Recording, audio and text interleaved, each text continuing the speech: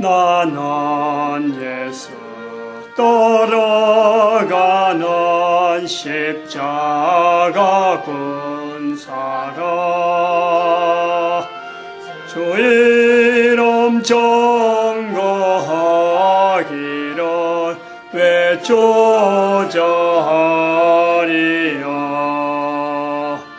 다른 군사 피 흘리며 나가서 싸울 때 나 혼자 편히 앉아서 바람만 버리어.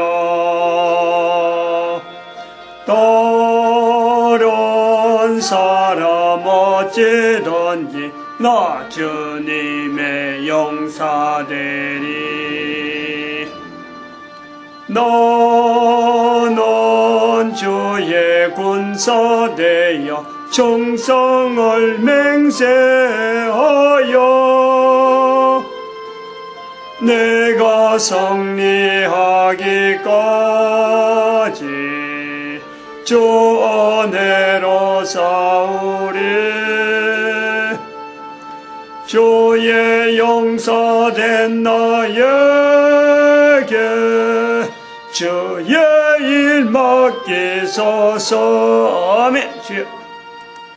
하나님 말씀 시편 119편 129절에서 136절 말씀 교독합니다. 119편 129절에서 136절 말씀. 129절 말씀 제가 먼저 받들어 봉독드립니다. 주의 증거가 기이함으로 내 영혼이 이를 지키나이다. 주의 말씀을 열무로 떠난 자에게 비치어 깨닫게 하이다. 시편 119편 129절 말씀을 읽었습니다. 지난 시간에 121절 말씀, 내가 공과 의를 행하여 싸우니, 그리고 122절 주의 종을 보증하라. 이 말씀을 이번 시간에도 같이 한 번 더 연결하려 합니다. 뭐냐면은 5.18 민주화 운동에 대한 내용을 이야기하면서 제가 그 내용의 현장 상황 이런 걸 사실은 깊게 모르고 그냥 이름만 있는 내용 가지고 좀 문제가 있다 하는 부분에 접근을 했다가 진상과는 다른 내용으로 내가 표현한 거, 그것이 많이 있어서 간첩으로 있던 김대중에 대한 이야기를 한번 했고, 그 다음에 그 5.18 북한 특수군 난동이라는 이름도 이제는 고쳐서 부르는 거로 그렇게 했습니다.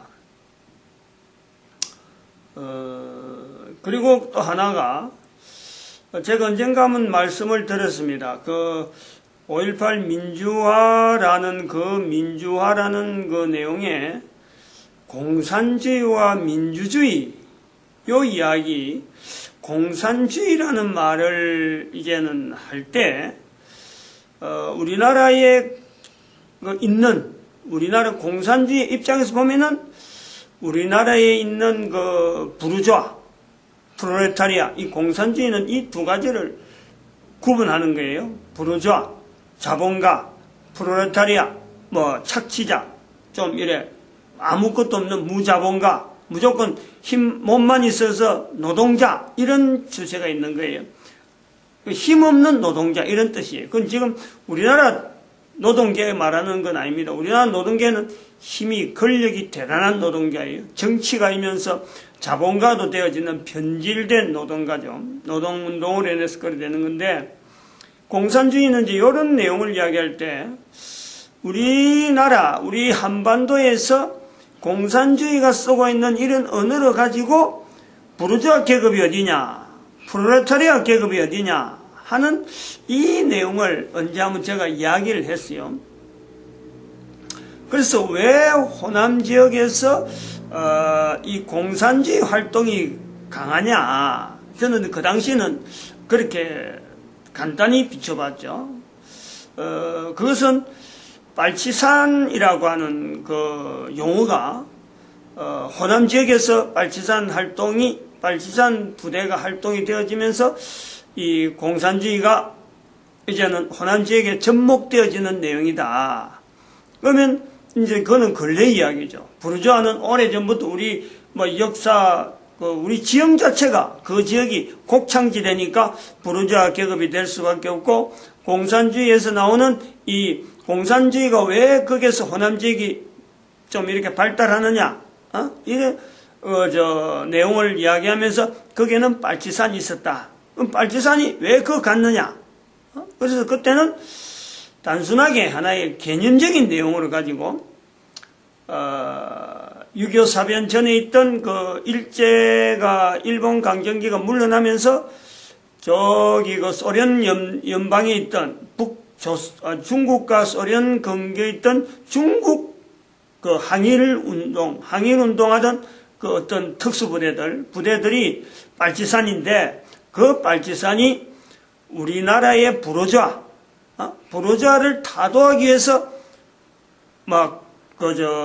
호남 지역을 점령한 그런 내용일 것이다. 저는 단순하게 이렇게 본 거죠. 그냥 일종의 개념이고, 하나의 그 언어가 흘러가면서 지역에 정착되어지는 아마 추정된 내용으로 단순하게 접근을 했습니다. 그것이 잘못되었다. 그 자체를 지금 이 시간에 인정을 하는 거예요.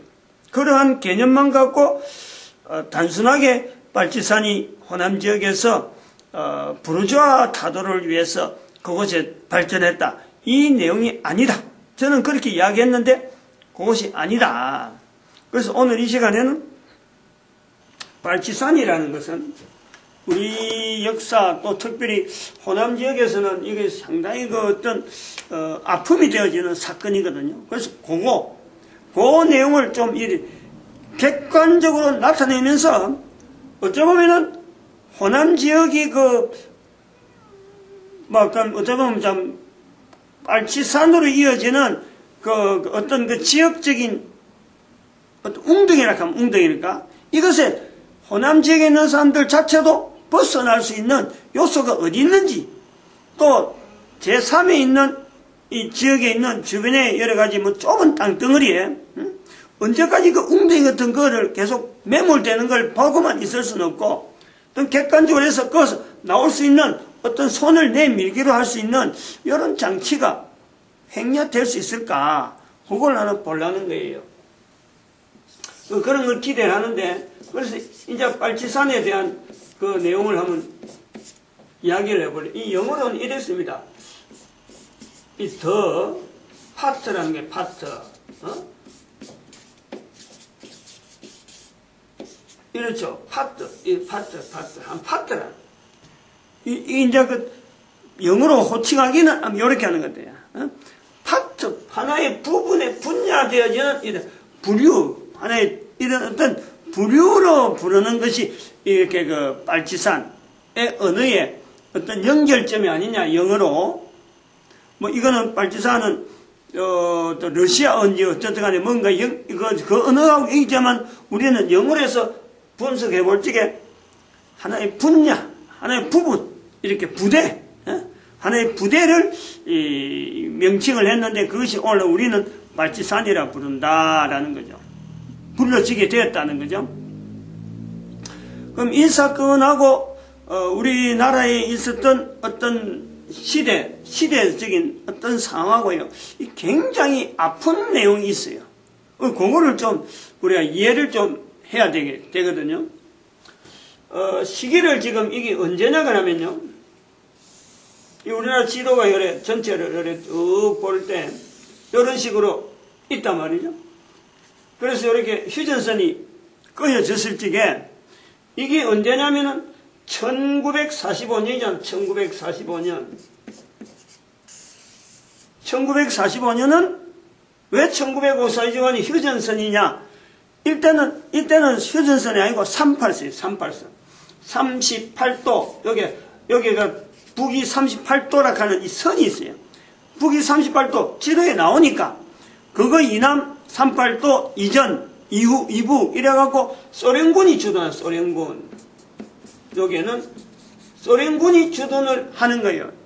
해방 후에 소련군이 6월달인가 들어옵니다. 6월달에 소련군이 1945년 6월달에 소련군이 들어오니까 그 한 달 뒤에 정확하게 30일은 아니지만 다음 달에 미군이 남한에 들어오는 거예요. 그래서 여기는 미국군이 들어옵니다. 이 두 군대는 소련군과 미국이 왜 우리나라에 들어오느냐? 그거는 2차 대전의 연합군이고 2차 대전의 연합군이면서 일본하고 싸움이 마지막 저쪽에 유럽 쪽은 이미 다 연합군이 이겼는데 2차 대전 때 일본이 마지막에 항복했거든. 근데 일본을 항복시킬 즈음에 일본이 항복할 때쯤에서 소련이 일본을 향해서 선전포고를 합니다. 그전에는 선전포고 안 했어요. 1945년 들어오면서 선전포고를 해가지고 항복할 때쯤 되니까 일본이 패전할 기식이 부인연하니까 선전포고 해가지고 일본의 선전포고를 하면서 이 소련군이 우리나라를 들어버리는 거예요. 항복하니까. 항복하는 거 딱 보고는 바로 들어버리는 거예요. 그러니까 8월이 아니네. 8월이 아니네. 그게 8월 지나니까 아까 제가 말해 6월 7일 했는데 아니에요. 다음엔지 어쨌든 하여튼 소련군이 진군하고 다음 한 달 뒤에 미군이 들어왔는데 1945년은 아닌 것 같아. 45년 8월 달까지는 뭐 소련군이나 미군이 못 들어오니까 이 왔다 갔다 하는 거예요 지금. 용서하기 바랍니다. 그래서 이 소련군이 들어오는데 이제 발치산이라는 것은 저 위에서부터 있던 이 발치산이 김일성을 위주로 해가지고 김일성도 발치산 항일운동하던 발치산의 그 부대니까 이 전체적으로 이 소련군하고 같이 활동한단 말이죠. 활동하는데 제주도가 요 밑에 있어요. 제주도가. 제주도에 1947년입니다. 1947년 3월 1일 그러니까 1945년 다음에 이 연도가 대단히 중요한 거예요. 지금요. 연도를 자꾸 이야기하는 거는 47년 3월 1일에 제주도에 소위 말하면은 제주 사건, 4.3 사건이요. 3월 1일에서 연결되어지는 이 어떤 이 총을 미군이 쐈는지 해가지고 총을 쐈어요. 항의하러 오는 사람인데 제주도민이 뭔가 항의를 하러 왔는데 그것이 폭동인 줄 알고 그때는 한참 막 신경이 막 날카로워 이래갖고 폭동인 줄 알고 총을 쐈어요. 3월 1일에. 그래서 그 총에 대해서 총을 쏴놓고 잘못했다는 말을 하지 않고 폭도라. 오히려 미군이 더 큰 소리 치면서 제주도민들로 하여금 관계된 사람을 하고 그걸 낸 거예요. 제지시킨 거예요. 폭도로 가면서 딱 폭도로 해서 딱 단정을 하니까 제주도민들이 거기서 반발하는 거예요. 거기서 나온 게 3월 1일에 가고 4월 3일 날 폭도가 일어납니다. 이제 그 항의하는 데모가 일어나는 거예요. 그래서 4.3 사건이에요. 4.3 사건. 1947년 4.3 사건. 이래가지고 제주도에 섬이니까 아직까지 참 나라가 지금 굉장히 뒤숭숭할 때 아니에요. 해방되고 지금 얼마 안 됐는데 제주도에서 일한다니까 완전히 참 정부도 제대로 수립이 안 된 상태에서 이러니까 막 거기다가 막 제주도에 막 쏠리면서 아주 쌍거리 이런 거는 막 잔당이 있으면 안 된다. 이래가지고는 나오는데 요때 우리 국가의 상황을 좀 살펴봐야 돼요. 요 상황, 1945년 소련군 미국들을 지게 우리는 지금 대체로 지금 거의 대부분이 공산주의를 다들 지금 배격하잖아요. 공산주의 가면 다 실탁을 하잖아요. 근데 공산주의라는 말은 아직까지 여기는요 보편화되어 있는 거예요. 사회주의 전체가. 공산주의라는 말은 안 하는데 소련군하고 여기 김일성한 이 전체가 공산주의 자체를 등에 소련군 자체가 왔다는 자체는 등이 없지만 그 이전에 소련군이 들어오기 쉽도록 되어 있는 것이 사해주의라고. 사해주의. 개념이 그래요. 공산주의라는 말은 이래 그저 미국하고 이렇게 양분되어지니까 이거 구분되는데 여기에서 포장되어져서 나오는 내용이 사회주의라. 사회주의. 그래서 조선인민 사회주의 공화국 이렇게 되는 거예요. 옛날에 공산이란 말이 없어요. 그게 지난번에 한번 이야기했는데 전반적으로 여기 남북이 전부 다 아주 뭐 이 사회주의라고 하는 개념이 말이죠 전체적으로 깔려 있는 거예요. 비판이 없단 말이에요. 그저 받아들이고 있다는 거예요. 태방되고 얼마 후에. 그러니까 이 4.3 사건이 일어나니까 그 당시에 이승만 정부라든지 미군이 이제는 하나의 군정 정치에 취하였다 보니까 여기서 공산주의 자체가 싹이 튼다. 공산주의가 지금 표면 안에서 이게 지금 테러 행위한다. 다른 나라 공산주의도 다 그랬기 때문에 이런 식으로 다 했기 때문에 한국도 그러는구나. 미군이 그 당시에는 사회주의에 대한 거는요 철저하게 거부하는 어마어마하게 이게 화들짝 놀라는 그런 위치에 있다 보니까 이것이 아주 막 싹을 안 틔운다 해가지고 강제로 아주 심하게 이걸 탄압을 했어요. 아주 심하게 소위 말하면 우리가 상상하지 못하는 방법으로 막 이걸 그 당시에 사회적인 어떤 집권자하는 입장에 있고 정치하는 사람 입장에서는요 어떠하든 이게 사회 문제로 확산되지 않도록 다시 말해 섬에서 안 나오도록 하는 이 방침을 갖다 보니까 제주도 전체가 섬 주민을 다 죽이더라도 여기서 밖으로 나오면 안 된다. 이런 의식이 있는 거예요. 굉장히 강하게 탄압을 합니다. 지금 보던 탄압인데 그 당시에는 그걸 뭐 다 정당한 거로 이렇게 바라보는 그런 시각이 있단 말이에요. 아닌 사람은 피해보는 사람은 아닐 수도 있지만은 그걸 어떻게는 그 세력 자체 공산주의 세력이 나타나는 것이 대한민국 안 그래도 위에 소련이 있는데 밑에서 또 저 밑에 섬에서부터 올라온 이거는 중간에서 굉장히 위험한 상황이 되니까 막 강하게 들어가는 거예요. 근데 여기서 이 가까운 여수라는 데가 있잖아요. 전남에 여수 옆에 섬처럼 해갖고 섬은 아닌데 여수가 쑥 튀어나와고 그 다음에 순천 이래 순천 여수 순천이 있습니다. 이게 4.3 사건이 일어나고 이 그냥 막 자연히 그냥 없어졌으면 되는데 4월 3일날 일어나고 그냥 무마됐으면 되는데 이게 길어지는 거예요. 계속 갔어요. 계속 가면서 제주도 전체가 양민들로 하여금 피로 물들기도 하고 이게 서로 간에 싸우는 거예요. 내부적으로 싸워가지고 피아간을 구분하지 못할 정도로 지금 굉장히 극도로 지금 이 상황이 나빴어요. 섬 자체가. 상태가.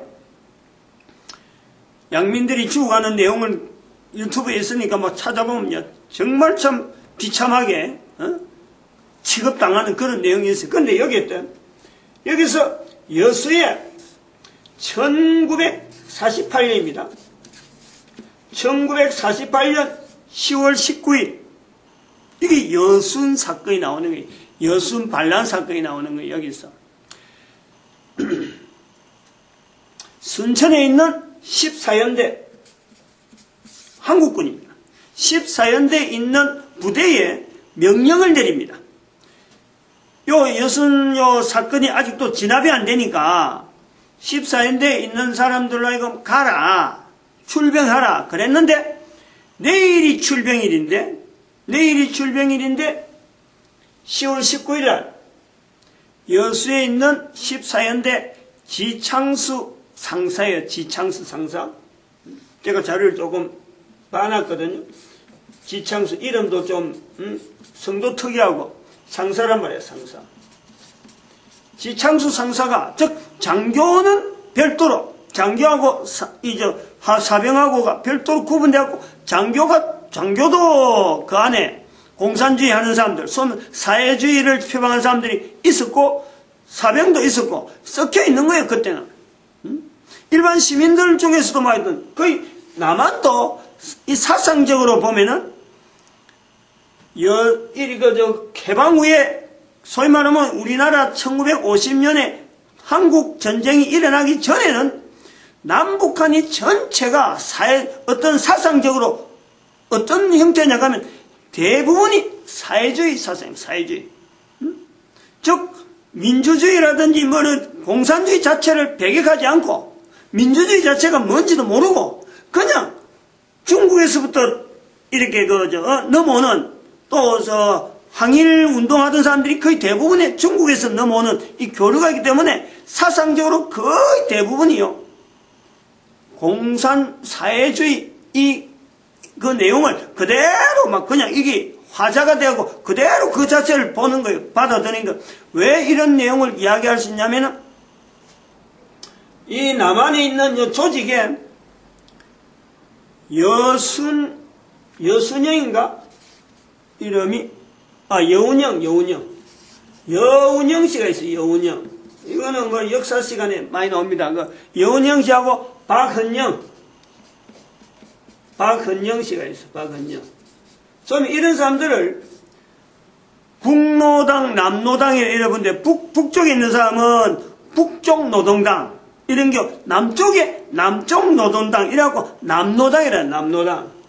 그러면은 남쪽에 노동당이라 하는 이 내용으로 노동당이라 하는 이 어떤 정치적인 겉모습은 노동당인데 남노당으로 해갖고 노동당인데 이게 바로 사회주의를 표방해서 조직을 해놨는데 1945년에 해방되면서 바로 여운영이가 주도가 되어지는 이름이 뭐냐면 인민위원회.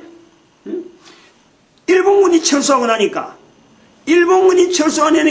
곳곳에다 인민위원회를 어마어마하게 탄탄하게 조직하는 거예요. 즉 일본 사람이 있다가 나간 치안 공백 여러 가지 행정 공백을 인민위원회에서 접수를 해갖고 인민위원회 이름으로 어느 도시면 어느 도시를 치안을 하는 거예요. 그러니까 제주도에도 그런 게 있단 말이에요. 또 여기 호남 지역이나 이 전체 전국이 다 인민위원회가 그대로 잡고 있었던 거예요. 그러니까 이 지역 전체에 해방 후에 대한민국이라는 해방으로 그대로 상태로 지나갔으면요. 우리는 지금 현재 민주주의 자체가 있을 수가 없을 정도로 인민위원회라고 하는 이 조직이 탄탄하게 사회주의 개념으로 그대로 그 구성 가지고 여운영이가 조직하고 있었던 거예요. 이런 상태가 되니까 여수에 있던 14연대에 있는 지창수 상사가 그 명령을 받고 난동을 일으킨단 말이에요. 근데 난동을 일으킨 날이 1948년 10월 19일인데 여기서 난동을 일으켜 그 명령에 불복하는 것이라고 그 사병들을 다 데리고 이제는 무장한 사람들이니까 거꾸로 순천 지역으로 올라가는 그 순천 지역에 또 어떤 부대에 또 장교하고 연합이 되고 그 다음에 또 아까 있던 14연대에 있던 또 중인강 한 사람들도 같이 또 동조하고 나중에 장교도 일부 들어오면서 사병이 위주로 해갖고 순천 쪽으로 같이 합체하는 거예요. 순천 쪽으로 같이 합체하고 광주 쪽으로 올라가면서 벌교 쪽으로 이래 올라가는 그런 노선이까지 오는데 정부가 볼 때 제주도에도 4.3 사건이 있었고 여수에는 반란 사건이 나니까 정치하는 사람의 입장에서 지금 현재 이 전국이 지금 38선으로 갈라지는 이 1947년 8년 사이에 얼마나 어지러울 거다. 그렇게 이제 여기 정치한 사람들 그때 김구 선생도 살아있었고 그러면서 뭐 김구 선생이 오히려 우익인데 그거는 철저한 우익이라고 이야기하는데 그런 소위 말하면 북한하고 완전히 다르다 하는 것에서 우익이라 하는 건데 여기다만 정치적으로 공작도 하고 그래갖고 막 암살 사건도 나면서 이 여순 반란 사건이 진압하는데 총력을 기울이는 거예요. 총력을. 근데 이제 총력을 기울이는 과정에 우리가 총력 기울이기 전에 요걸 하나 봐야 되는 게 있어요. 아주 중요한 요소가 여기 나오는 게 있는데 이건 나중에 또 다시 정리합니다만 지창수 상사가 그럼 단순하게 명령에 의해서 명령 불복종으로 하려고 한 거냐 여기 제주도 사건을 자기가 지원해라 그러니까, 그거 톱을 하는데 나가라 하니까, 같은 공산주의라서 내는 못 가. 요렇게 일반적으로 나와 있는데, 그 이면에,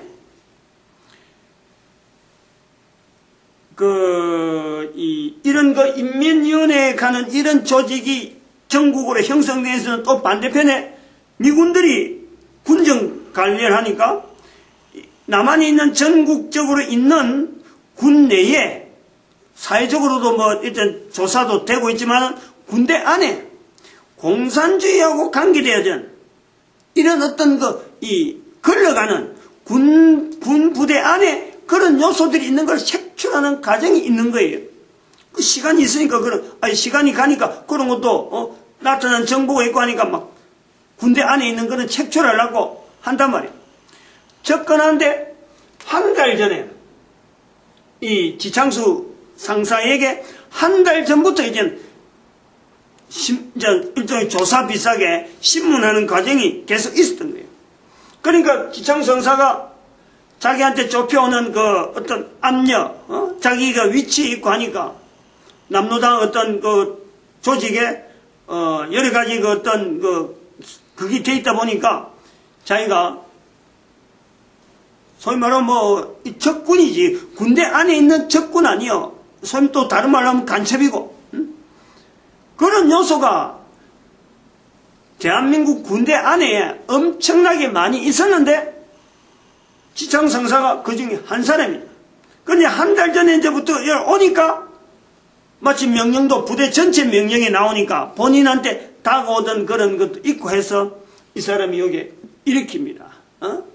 그래서 그 사건하고 관계된다는 거죠. 그냥 본인이 내가 같은 동족으로서 도저히 그럴 수 없다 이게 아니고 자기한테 좁혀오는 그 어떤 압박감 거기서 못 견뎌가지고 이제 가락하니까 어떡할 거냐, 선상에 가서 배를 타고 가다가 북쪽으로 갈 거냐, 안 그러면 선상에서 반란 일으킬 거냐, 안 그러면 여수에서 반란 일으킬 거냐, 요런 내용의 한 3가지 정도 안을 가지고 있다가 여수에서 반란 일으키는 쪽으로 자기들끼리 힘을 합해갖고 그렇게 해서 나왔다 하는 자료가 그래 있어요. 그럼 여기 하나 더 연결하면은 아주 중요한 내용이 하나 들어가는 것이 바로 이렇게 좁혀올 때, 이렇게 좁혀올 때 지창수 상사만 걸렸느냐, 남노당으로서, 남노당 하나의 조직책으로서 군대 안에서 깊숙이 숨어있는 하나의 불온 세력으로 되어 있느냐, 여기 하나 짚고 넘어야 될 게 하나 있단 말이에요. 요 시대 때, 이렇게 막 좁혀올 때에 또 누가 한 사람 걸리냐 그러면요, 1948년 11월입니다. 나도 요것 보고 놀랐는데 한참 생각을 했는데 같은 연대잖아요. 같은 연도가 같단 말이에요. 요 반란 사건 있고 난 거, 여순 반란 사건 있고 난데 요건 나중에 빨치산으로 별도 이야기하고 1948년 11월에 누가 검거가 되냐, 남노당으로 지창수 상사하고 똑같은 계열로 검거가 되냐면 현대 검거되면 무조건 사형이에요. 사형. 무조건 총살이에요. 근데 검거된 사람이 누구냐면 우리가 잘 아는 박정희 대통령이 걸리는 거예요. 소위 말하면 남노당 출시라. 남노당 중에서도 전국 총책이었다. 조직 총책. 박정희 대통령의 이력에 이게 있단 말이에요. 나도 놀랐어요. 나도 이런 자료 보니까 참 등골이 살아나는 거예요. 그런데 이것은 이제 아까도 말씀했지만 남노당으로 이래서 된 사람들은요 다 죽는데, 박정희 대통령이 살은 거는 그때 한국에 와 있는 주한 어떤 대상가 되는 사람이 이승만 대통령한테 박정희가 딱 걸리니까 박정희는 죽이면 안 된다고 탄원을 2번 했던, 2번이나. 탄원을 2번 했는데, 그러니까 결국은 그 2번 때문에 살았는지 어떻게 살았는지 살은 건데, 살게 된 것은 그 내용이 자술서를 자술서를 아주 찬찬히 썼고, 그 다음에는 활동을, 명칭은 그렇게 많이 받았다지만 활동을 그렇게 두드러지게 안 했다 하는 것에서 이게 이야기가 나와요. 그건 진위는 잘 모르는 거예요. 자술서가 얼마나 썼는지, 어떤 활동을 많이 했는지 자기는 모르는 거예요. 아무튼 박정희 대통령이 유일하게 살아남은 하나의 그걸 보는 거예요. 그래서 1948년에 검거됐다가 49년 5월에 파면되고, 그 다음에 50년 6월 30일에 50년 6월 30일에 다시 복직으로 정보장교로 복직이 된 박정희 1950년 그 6.25 사변 날 때 1950년 6월 30일 6.25 나고 나네 6월 30일에 복직 6.25 사변도 나고 하니까 아마 상당히 다급해서 그랬는지 모르겠어요. 이런 내용이 있단 말이에요. 요까지도 두 개 비교하는 거예요. 요 사건하고 연결해서 지창수 상사 사건하고 박정희 사건하고 비교되어지는 같은 연도에 일어난 내용이다. 그러면은 빨치산은 어떤 거냐? 여기서 여수 순천에서 사건이 생기니까 정부에서 전체적으로 막 내려와서 이제는 포위해서 막 아군끼리 싸우는 거예요. 38선은 꺼있지. 아군끼리는 좀 제주도는 제들끼리지. 여수선전, 여수선전을 좀 막 벌집 쑤셔놨죠. 그런데 다행히 우리 한국군에 의해서, 한국 군인에 의해서 이 반란군들이 산으로 도망갈 정도로 자기들의 세력이 약해진 거예요.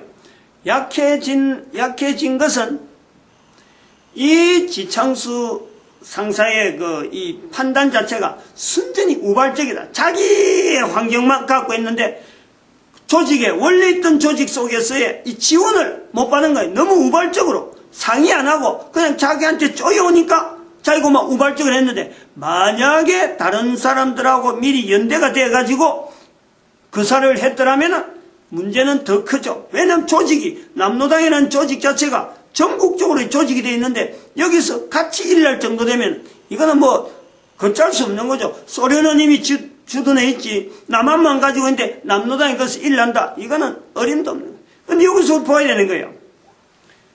요 시기가 1948년 이 시기가 소련군이 1950년 6.25 사변을 일으킬 준비를 하고 있는 때란 말이에요.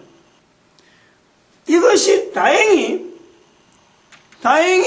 그래도 6.25 사변 전에 터뜨려져가지고 이게 일어난 것이요. 천만 다행이라. 아까도 말했지만 소련군이 내려오는 것 처음에서 6.25 사변 일어날 때 같이 나버리면 대한민국 어떻게 됐겠어요? 어떻게 됐겠어요? 물론 6.25 사변 때 그냥 며칠 만에 피난 오는 정도로 대항할 세력은 없었지만은, 그래도 이게 1948년 일어났다는 이것 자체가 어떤 지역 전체의 상황에서 북한 남노당이 북한 남노당이라는 어떤 이 정치 반대 세력, 어떤 분명한 어떤 걸 두고 나타난 것으로서 다행히 어떤 이 정체가 드러난 거지. 이게 6.25 사변과 더불어서 대한민국 전체가 일어날 정도로 그때 이게 색출하는 과정이 만약 없었더라면 어찌 됐겠느냐 하는 걸 우리가 보는 거예요. 이런 걸 염두에 두는 거예요. 좀 다른 시각으로. 그래서 여기서 밀리는 사람들이 지리산 쪽으로 올라갑니다. 호남 지역에 있는 지리산, 높은 산 쪽으로 막 밀려온다는 말이에요.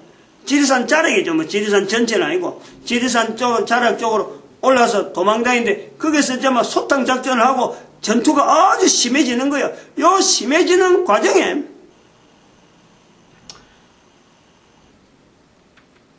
이제 불러지는, 이 산으로 올라간 이런 사람들이 이제 불러지는데, 여기서 요 과정을 하다가 1950년 되면은 6.25 사변이 나는 거 아니에요. 지금 요게 잘 봐야 돼. 아직 이게 끝이 안 났어요.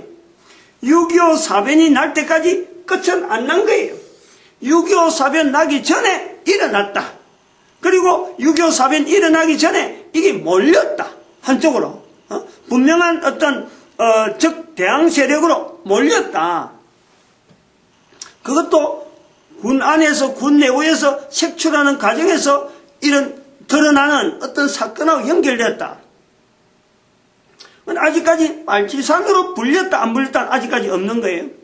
그때부터 불렸는지 아직까지 없는 거예요. 그런데 이제 그것이 빨치산으로 불리게 되어지는 상황이 언제부터 나오느냐, 요거는 제 추정이에요. 6.25 사변이 나면서 대구로 해서 외관 지금 이렇잖아요. 낙동강, 이 낙동강 전세 요를 딱 생겼어. 부산이 여기 있잖아요. 이게 6.25 사변이잖아요. 한번 생각을 해봐요. 여기서 우리는 객관적으로 봐야 돼, 객관적으로. 전체가 다 이제는, 전체가 다 소련군 앞에, 소련군 지원하에서는 북한, 북한군에서 전부 다가 새빨갛게 점령당한 지휘관이에요. 그러면 아까 여기 나오는 1948년 여기에 반란군이 일으켰던, 여순 반란을 일으켰던 이 사람들의 위치가 어떻게 됐겠어요? 산으로 도망갔던 사람이 내려오는 거예요. 그러면 이 입장을 잘 생각해 봐야 돼요. 그 지역에 있는 사람들이 어떻게 되겠어요? 국군이 있을 때는, 이제 소위 말하면 6.25 사변 일어나기 전에는, 아니, 그 사람들 간 것이 반란군으로서 이렇게 멀리하고 있다가, 어느 날 갑자기 소련군이, 북한군이 와서 점령하니까 그 사람들 다시 내려와가지고, 자기들이 피난가 있을 때 협조 안 한 사람들, 갈라갈뛰게, 협조 안 하고 이런 사람들, 그 사람들 가만히 놔뒀겠어요? 그러니까, 원한으로 해서 죽일 수밖에 없는 거예요. 죽음을 당할 수밖에 없어요. 국군의 이 점령하고 있을 때는 나라에 충성한다. 그래서 그들이 도망가는 거 나라를 반대하는 사람들이니까 그 반대하는 입장으로 갖고 있다가 공산치하에 들어가 버리니까 그 사람들 당하잖아요. 그럼 민심이라는 게 뭐겠어요? 입장으로 이렇게 봐야 된다. 국군에 잘해봐봐야 결국 당하는데, 그 다음에 또, 수복되잖아, 수복. 좀 있다가 한 2, 3년 있다가 또 수복되잖아요. 53년에 6.25 끝나니까. 수복되니까, 이제 경찰이, 이런 사람들, 동계인 사람들, 또다시 쪼고, 군인들하고 쪼아가지고, 이 사람들 또 산으로 보내는 거예요. 그럼 이 주민들이 광주에 있는 호남 지역의 사람들의 그 지역의 어떤 그 경향이 이 영남하고 호남이 다를 수밖에 없는 상황을 우리는 이해를 해야 돼. 어느 정도 감안을 해야 돼. 주민들은 또 갑자기 또 군인이 바뀌면서 또 동계인 사람들, 소위 말해 여기 산에 올라갔던 그 반란 주동자들, 동계인 사람들, 또 총살하고 가려내고, 이래저래, 이쪽 저쪽 당하는 건 이쪽 저쪽. 그러니까, 국가에 대한 신뢰가 있겠느냐, 이게 한이죠, 한. 분명히 한이잖아요. 여기서 우리가 봐야 될 게 이제 빨치산이 어떻게 형성되느냐 하는 거예요. 아까 6.25 사변 나기 전에는 사실은 빨치산인지 아닌지 모릅니다. 그런데 6.25 사변이 나면서 소련군하고 같이 있던, 북한에 있던 이 빨치산 부대가 그때는 분명히 내려왔죠. 분명히 이쪽에 합세하든지 어떤 지원군으로서 분명히 역할을 하는 거예요. 그리고 나중에 다시 전쟁 6.25 사변 마무리되면서 이제 지리산 본격적으로 몰려 들어갈 때 그때부터 빨치산이라는 이름을 쓰지 않았을까 하는 거예요. 빨치산이라는 거. 아까 내가 제일 처음에 지난 시간에 오래전에 그 시간이 제가 아까 자료를 찾아보는데 언제쯤 이야기하냐니까 1006 200번 요 주변을 보면요. 제가 공산주의하고 민주주의 하면서 아마 요 이야기를 한 것, 1006 200번.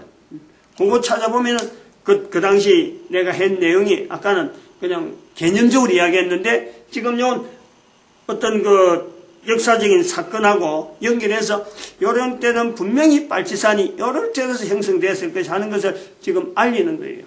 그럼 우리가 분명하게 빨치산이 지금 현재는 남한에 존재하고 그리고 빨치산에 대한 그 자체를요 대통령도 노무현 대통령도 그걸 확인을 했어요. 자기 입으로 자기 부인에 대해서 자기 부인의 장인 노무현 대통령의 전 노무현 대통령의 장인이 빨치산 부대에 분명한 역할을 했다. 그걸 이야기하는 거예요. 그러면 그걸 빨치산 부대라 할 때 그 내용이 아까 위에서 내려온 빨치산도 있지만은 지역 주민들 세력을 기업하기 위해서 빨치산에 올라가려고 하는 이런 사람들 막 끄집어 당기는 많은 사람들 데리고 가려고 하던 거기서 끌려가는 자기가 아까도 그랬지만은 국군한테 국군을 지원했다가 나중에 공산주의 오니까 인민군 오니까 자기들 막 죽이고 그러는데 그게 겁을 지금 먹은 주민들이 마지못해서 올라가는 일들이요 수없이 생기죠. 수없이 생겨. 그리고 또 하나 수없이 생기는 것도 있지만은 또 한편으로는 이 사람들이 6.25 사변 때도 다시 올라가잖아요. 올라가면서 남겨놓은 또 정보 요원들도 또한 있을 것이다. 지금 드러나지 않지만은 왜 호남 지역에 김대중도 간첩이 될 정도로 간첩이 되면서도 전혀 대통령이 되는 데까지 자기가 간첩이었다는 것이 잘못이었다는 것을 말을 하지 못할 정도로 어찌 보면 그 세력이 굉장히 깊이 있고 지금도 그런 세력이요 얼마든지 있을 수 있는 지역인데 전향하지 않고 그대로 가는 그런 사람들이 분명히 있을 것인데 그들은 빨치산 부대에 의한 영향에 의해서 정보 요원으로 남아있는 사람들이 얼마든지 있을 수 있다. 요걸 우리가 봐야 되는 거예요. 박정희 대통령 그 정복 장교라고 하는 이 요소가요. 대한민국이 남북으로 대치되고 있는데 참 어쩌면 정보 장교로서 대통령이 된 것에 대해서 또한 우리도 한번 살펴봐야 되는 거예요. 정보 장교가 대한민국의 간첩을 북한에서 신겨나오는 것도 있지만은 또 정보 장교라서는 그 위치 때문에 우리 남한에서 활동, 남한의 사람이 북한에 올라가서 정보 용어는 있는 것도요. 박정희 대통령 때 그 전체 신겨난 인프라가요. 대단히 많다는 거예요.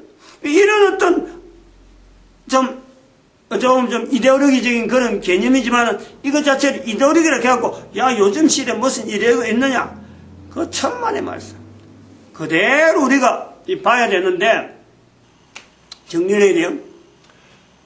그럼 이제 박정희는 한번 여기 정리하는 거예요. 박정희는 지금 현재 분명히 우리 국민들이 대통령으로 인정합니다. 근데 김대중은 제가 이제부터 이 간첩이라고 하는 거예요. 한번 봐줘요.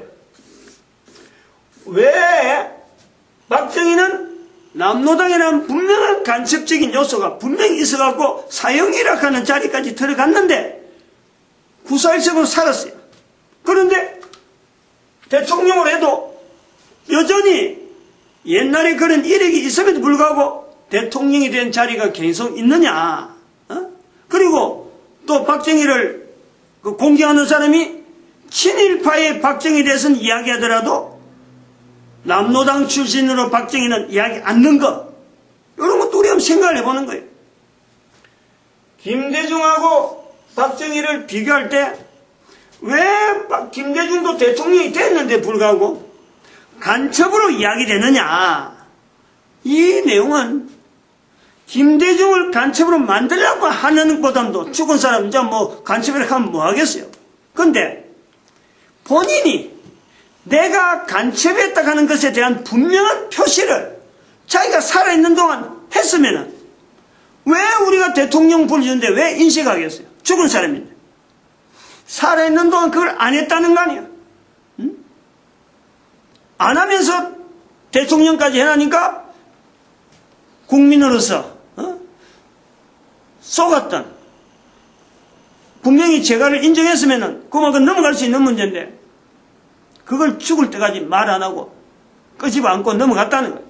이런 부분에서 지금 요 빨치산에 대한 내용을 요 여순 반란 사건, 그 다음에 제주 4.3 사건하고 이렇게 연결해서 빨치산에 대한 이야기를 하면서 결국 우리는 한 사람 한 사람이 결국 그것을 작용하는 한 요소를 보는데, 지난번에도 말씀했지만은 우리나라가 이런 어려운 지경에도 불구하고 이런 어려운 여러 가지 상황이 분명인데 불구하고 오늘날 이렇게 유지되어진 거는요, 한 사람 한 사람의 여러 가지 걸어가는 걸음이 잠언서 16장 9절에 있는, 지난 시간에도 한 말씀했습니다. 사람이 마음으로 자기의 길을 개갈지라도 그 길을 인도하시는 자는 여호와시라. 잠언 16장 9절의 말씀이에요. 그러한 관리 속에 대한민국이란 이 자리를 우리가 찾아야 된다. 모든 국민들이 그건요, 지금도 마찬가지. 언제든지 우리 대한민국이라는 자리에 대해서 우리의 걸어가는 이 걸음이 참 태풍 앞에 있는 불과 같고, 대한민국의 자리가 태풍 앞에 있는 촛불과 같으나 하나님의 뜻이 있기 때문에 내가 살아있는 거고, 하나님의 뜻이 있기 때문에 우리 대한민국이 있는 거예요. 이걸 우리 국민들 전체가 모으면요, 이 촛불이 어마어마한 힘이 되어지는데, 하나님이 인도하시는 것과 자기 걸음을 하나님이 지켜주시는 것에 대한 이 연결을 하지 않는, 지금 아무리 경제, 아무리 우리가 OECD 11개국인가 12개국 들어간다고 큰 소리 치봐야요, 그것 자체가 바람 앞에 있는 등불이라. 그걸 분명히 우리가 봐야 돼요. 마치겠습니다. 기도드립니다. 할렐루야.